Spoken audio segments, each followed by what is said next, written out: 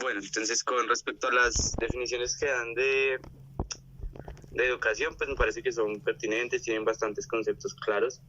Me gustaría dar la mía y pues esta es como una visión un poco más filosófica de ella, donde considero que la educación es el acto de ser una persona iluminada o alcanzar la mayoría de edad, como lo diría Kant, en una formación donde pues debemos buscar la integralidad y demás, ¿no? Se hablaba un poquito de la ética y la moral y yo quisiera saber cómo estos aspectos de la ética y la moral, estos principios que guiarían la formación y pues el actuar de una persona se están llevando a cabo en la educación actual.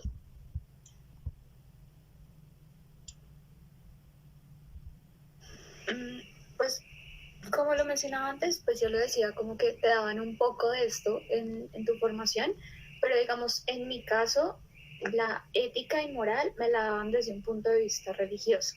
A mí me enseñaban, tipo, respetar a Dios, cuidar a la familia, todo esto, pero como decirte exactamente cómo comportarte como una persona, darte una formación, digamos, sobre cómo cómo desarrollarte como una persona en una sociedad, no te la dan, porque no lo consideran necesario. Es como a ti no te dicen lo que está mal, simplemente es como que te mandan a la boca del lobo desde un punto.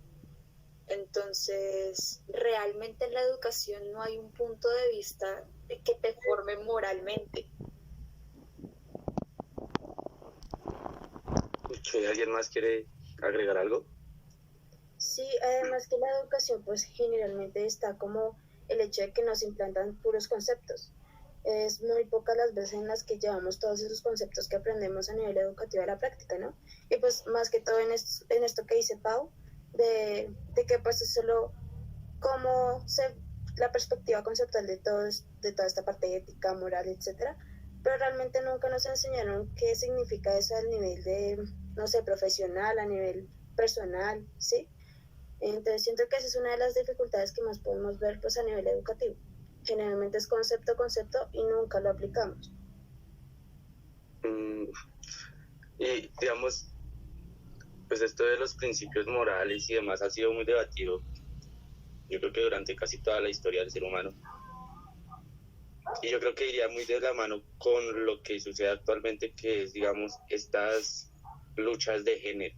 Creen que si se abordara mejor la ética en la educación, en los principios de conducta que nos guían, nos llevarían como una sociedad más, no quiero decir inclusiva, pero como que sí, como que acepte más la diferencia. Yo también creo que hay cuestiones éticas y morales que por lo menos acá en Colombia están como muy centradas en un punto de vista, como lo dice Karen, en un punto religioso que para mí está mal, porque lo que tú dices creo que hace mucho como genera mucha exclusión, ¿sabes? Como el hecho de que para uno o para muchas personas lo moral, por ejemplo, sea que no sea moral ver, por ejemplo, un chico gay o un trans o algo así. Para mucha gente eso no es moral, eso no es ético, eso se ve muy mal, pero eso realmente no está mal. Entonces siento que es como esa necesidad de como de ampliar ese concepto de moralidad, porque no es lo mismo, no va a ser, o sea, sí, no sé si me hago entender, pero lo que está bien o lo que está mal no tiene que ser como, eso debe ser como subjetivo, como de cada quien, siento yo, porque pues si no, no ve mal todo lo que entonces la religión dicta. Sí, yo también concuerdo mucho con eso, porque, digamos, la moralidad es algo completamente subjetivo. Tú no, o sea, no es como si te riges por lo que la sociedad, la religión y todo eso comenta, entonces básicamente estaríamos unidos en una realidad donde nada es aceptable. Seguiríamos oprimiendo a todo el mundo. Actualmente se ve un poquito más como de libertad acerca de, no sé, de la orientación sexual. Si ya se ve una persona atrás en la calle, ya no es como que la mayoría de la sociedad le va a tirar piedras, ¿sí? Pero, de todas formas, siento que es necesario dar un punto de vista amplio desde la educación. No es como decirles como, ay, sí, acepten a las personas gay. porque no se trata de decirle a las personas como, oye, es que tienes que aceptarlas porque tal y tal cosa, sino simplemente dar como una educación donde no sea el niño gay, la persona trans, la mujer y el hombre, porque ese también punto de vista de género se ha visto demasiado, o sea, una enseñanza patriarcal que obviamente dictamina muchísimas cosas como la diferencia económica, política, social, y ese componente de una enseñanza igualitaria, o más o menos, digamos, no lo que decía antes, no partir desde este niño es diferente, este niño es diferente, este niño es diferente, sino todos somos personas que merecen lo mismo, que están criados bajo el mismo, que deberían, no, perdón, me corrijo, que tienen que tener un pensamiento respetuoso, partir desde el respeto. No es solamente mi concepto sobre lo que está bien y lo que está mal, sino abrirme a la posibilidad de respetar y entender las diferencias de los demás. Sí, evidentemente pues yo concuerdo con eso que han mencionado pues anteriormente, pero adicional a ello quiero como hacer bastante hincapié en la necesidad que tenemos como seres humanos de categorizar las cosas. Siempre queremos como poner o establecer una característica que diferencia tal de tal, y si tal tiene tal característica entonces tenemos que aplicar tales cosas. Entonces es como esa necesidad de que a tal cosa le pertenece algo, y pues no debería ser así. Eso puede pues digamos que buscarse una mejoría desde la educación, y claro que eso afecta pues a muchos aspectos de la vida, no solamente la educación, sino el ámbito económico, incluso en el ámbito social, donde se pueden ver diferencias marcadas, y no necesariamente se tienen que llevar a cabo aplicaciones marcadas para decir, ay no, si es porque eres diferente entonces te mereces esto. Sí, es básicamente eso. Ok, ¿alguien más quiere aportar algo más acerca de este aspecto?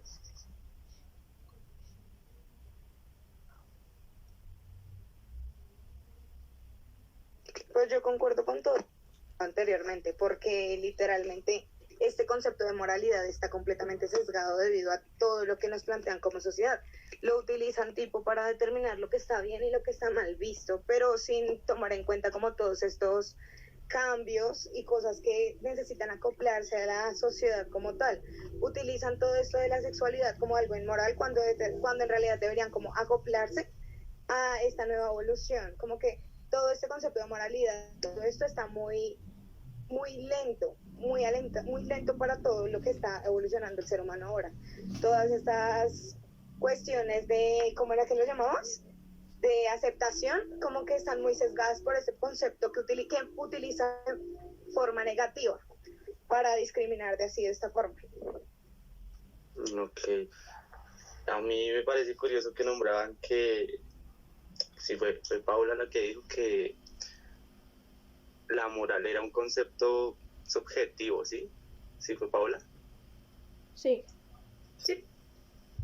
Y a mí pues eso me causa algo de ruido, porque si vemos, y también viene desde la enseñanza que yo he recibido, si vemos la historia de la evolución del humano en cuanto a la moral, vemos que es un concepto cultural.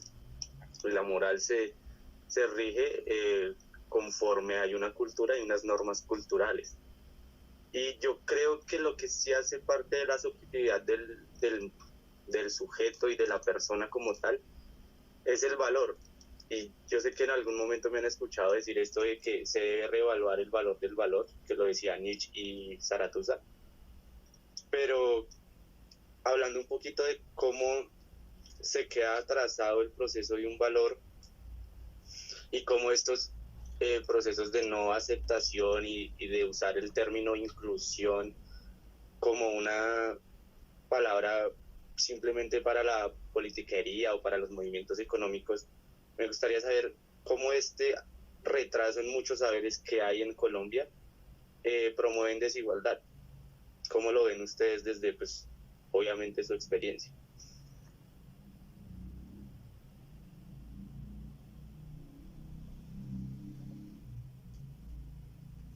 Yo pienso que el retraso es más debido frente a las creencias que se tienen en el momento, ¿no? Principalmente, pues como hemos visto ya, la educación nace a partir de la necesidad de transmitir religión, ¿sí? De transmitir el catolicismo, ¿sí? Todo este tipo de religiones, y que además sigue siendo de esa manera de adoctrinamiento, de tener que seguir unos parámetros específicos de la sociedad para como adecuarnos a ella, y no, como que de cierta manera no hay una forma adecuada de poder transformar rotundamente todo este proceso educativo que se ha venido dando pues a lo largo de la historia, ¿no?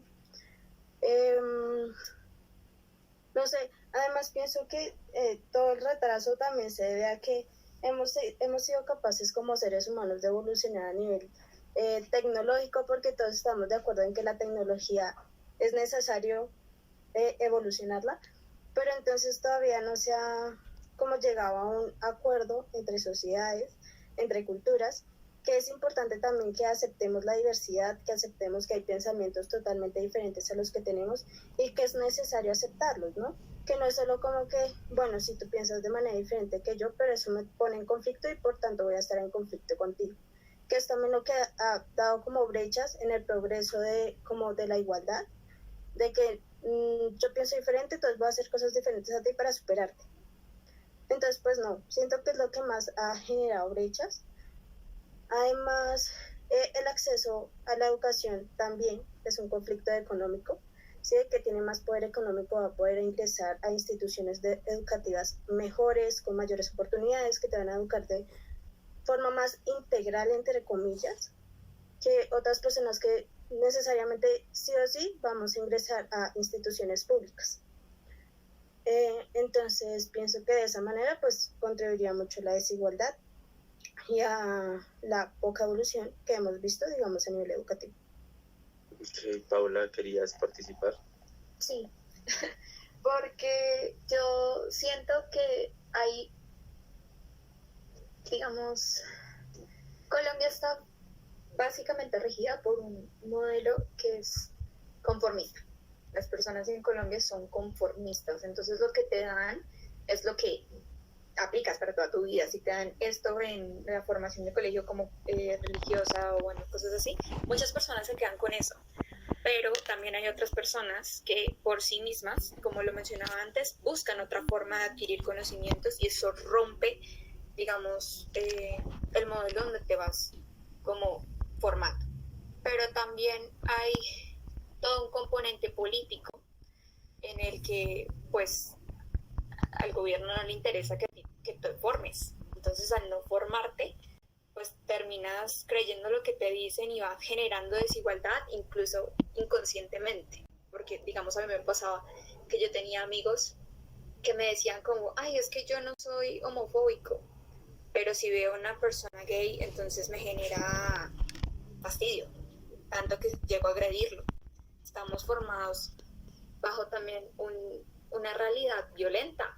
Creces viendo violencia, estás muchas veces en contextos violentos, sufres de bullying, de matoneo en el colegio. Y eso termina manchando y creando una brecha de desigualdad increíble porque mientras tú estás formado aquí en un colegio de Bogotá, no es la misma formación que le dan a los muchachos, no sé, de veredas, porque muchos de ellos incluso tienen que pasar 2 horas de viaje para llegar a un colegio y eso al gobierno no le interesa. Entonces todo ese componente político, económico, social genera una brecha gigante dentro de la desigualdad que hay en Colombia, lo de violación de derechos humanos. Ustedes me han escuchado, pues yo desarrollo mi proyecto en violación de derechos humanos y hablaba con un psicólogo social y él me decía que al gobierno realmente no le importa invertir, no le importa intervenir y tampoco le interesa lo que pasa en las comunidades porque las invisibilizan y las dejan en el olvido porque pues para qué les van a prestar atención a ellos.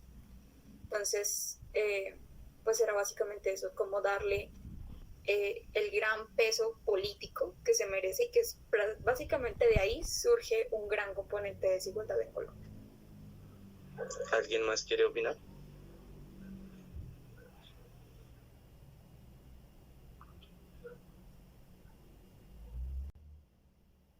Bueno, yo quiero decir algo con respecto a lo que habla Pau de conformismo.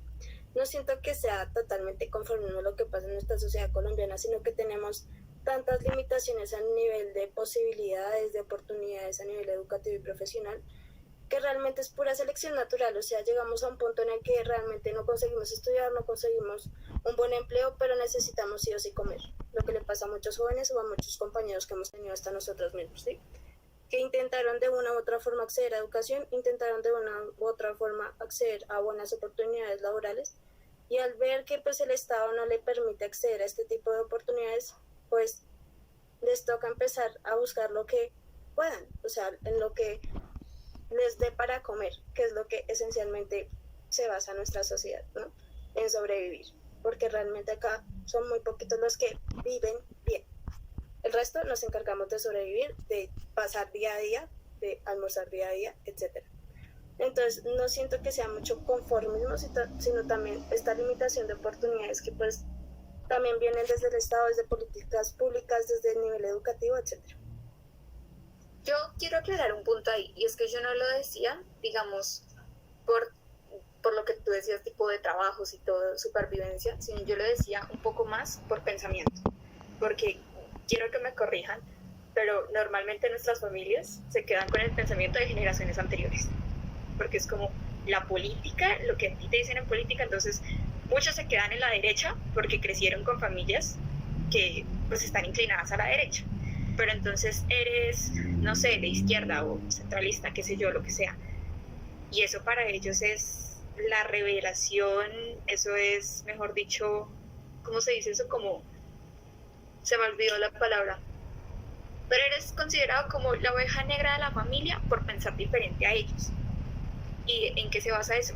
En el conformismo, porque nunca buscaron más allá de eso, ellos se quedaron con lo que les dijeron y intentan metértelo hasta cierto punto. Lo digo por experiencia, lo digo porque también pues varias personas que conozco me dicen como no, es que mi familia me quiso meter este ideal, pero pues no lo hacen, ¿sí? A eso me refería. Ok, yo con respecto a eso quiero opinar y dar una como visión general, y es, en Colombia generalmente se nos ubica desde la polarización, entonces todo lo marcamos en extremos. Cuando hablamos de política es la izquierda y es la derecha, cuando hablamos de géneros es el hombre y es la mujer, y cuando hablamos sobre todo, digamos, en este tema del género, que es como una conducta o una creciente fuerza social que se ha venido generando, muchas veces tendemos a pensar al hombre como un ente aparte de lo que sería la mujer. Y creo yo que no se comprende muy bien el origen de la lucha, porque nos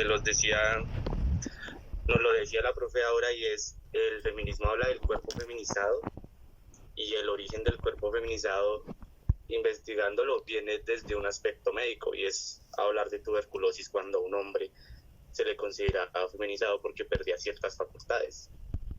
Pero nunca se nos ha educado para comprender el porqué de los orígenes, sino a pensar en polos, y al pensar en polos pues estamos siendo conformistas y no estamos viendo un panorama más general y nos estamos cegando. Creo yo que ese pensar en polos nos da cuenta de que como colombianos y como institución la educación en general está coartando el derecho a ser críticos y al expresarnos libremente. No sé qué opina el resto.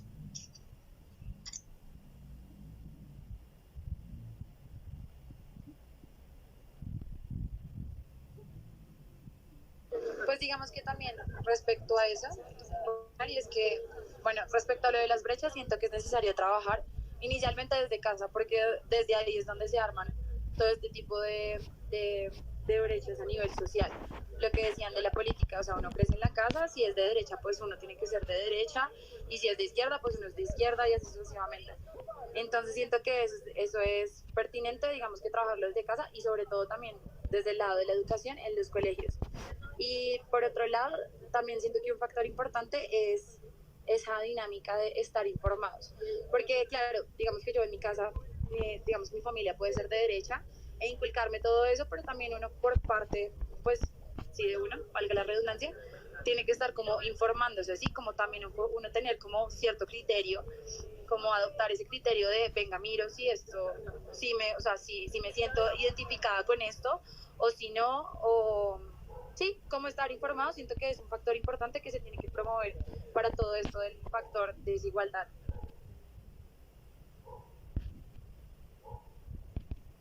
Pero también está en consonancia con todo a nivel educativo, ¿no? Estamos educados para seguir y creer en todo lo que nos han dicho, en aceptar lo que nos están enseñando y no ir un poquito más allá. Por ejemplo, toda mi educación primaria fue así, fue tragar entero y aceptar todo lo que nos decían, pues porque los profesores son los que saben, ¿no? ¿Cómo les vamos a debatir? ¿Cómo vamos a decir que esto no es así si no sabemos absolutamente nada del tema? Pienso que lo mismo se da a nivel familiar. O sea, ¿cómo vamos a decir que no a algo cuando no tenemos la posibilidad, digamos, de acceder a la información contradictoria si, digamos, todo el núcleo familiar piensa lo mismo? ¿Sí? ¿Y cómo le vamos a creer entonces a personas que no conocemos? ¿Y cómo vamos a conseguir información que sea real o que, digamos, nos pueda guiar en una visión diferente? ¿Sí? Entonces, como también todo este arraigo a la educación como lineal de aprender exactamente como nos lo están diciendo, y es algo que vemos mucho con la profesora Aura, ¿no? Y es algo que hasta ahorita, por ejemplo, nosotros venimos a plantearnos porque llevamos 7 semestres casi que comiendo entero. Veíamos la psicología desde una perspectiva y actualmente nos ha cambiado también el foco esta materia, por decirlo de alguna manera. Sí, yo creo que y sí, buen pro del pensamiento crítico, y es a muchos se nos coartó el poder pensar de forma crítica, y yo, pues hablando desde mi experiencia educativa, sí veía esta diferencia entre algunos compañeros y otros, donde había un grupo donde se notaba el nivel de desinformación y el hablar polarizadamente, cayendo en lo que bien nos decía un profesor que entrevistábamos, en falacias argumentativas, porque no había razón y no había criterio, y era porque la misma educación no nos estaba dando esas herramientas para poder argumentar. Entonces era muy notorio ver, no sé si esto suene bien, pero el nivel intelectual de unos muy por debajo de lo que se esperaría, mientras otro grupito que sí se informaba y trataba de buscar por sí mismo más información de la que nos daba, que nos daba la escuela, tenían un nivel intelectual y una capacidad argumentativa supremamente superior a los otros. Y entonces, yo en este sentido, y hablándolo como psicólogos, yo quisiera que cada uno me dijera su forma o su punto de vista acerca de cómo el psicólogo puede contribuir a estos aspectos de la educación, y que no solo estemos como subyugados a lo que nos da un orden jerárquico como el que está implantado actualmente, sino cómo podemos salir de ese orden buscando pues mejorar los procesos educativos.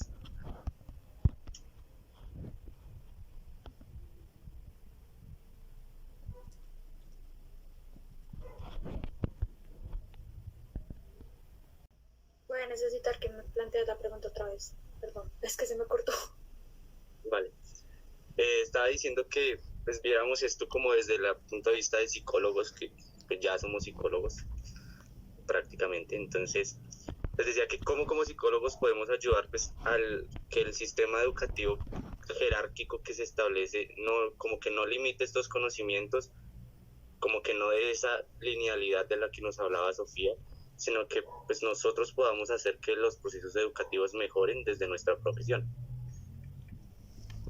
Bueno, yo voy a hablar desde lo que vi en mis entrevistas, un poquito porque ellos me hicieron ver un punto de vista más amplio, y es salirse de los modelos, salirse desde lo un poco académico, porque digamos toda nuestra formación ha estado basada desde un modelo, se me fue la palabra, pero es como si todos fueran iguales, como si no hubiera diferencia, y pues eso no es cierto, sobre todo en un país como Colombia, porque una cosa es la ciudad, otra cosa es el campo, una cosa es el centro, otra cosa es la costa, y salirse de eso primero es supremamente importante, y lo otro, tener un punto de vista social, porque por lo mismo entender con quiénes estás trabajando, a quiénes les estás enseñando, a quiénes estás interviniendo, es supremamente importante,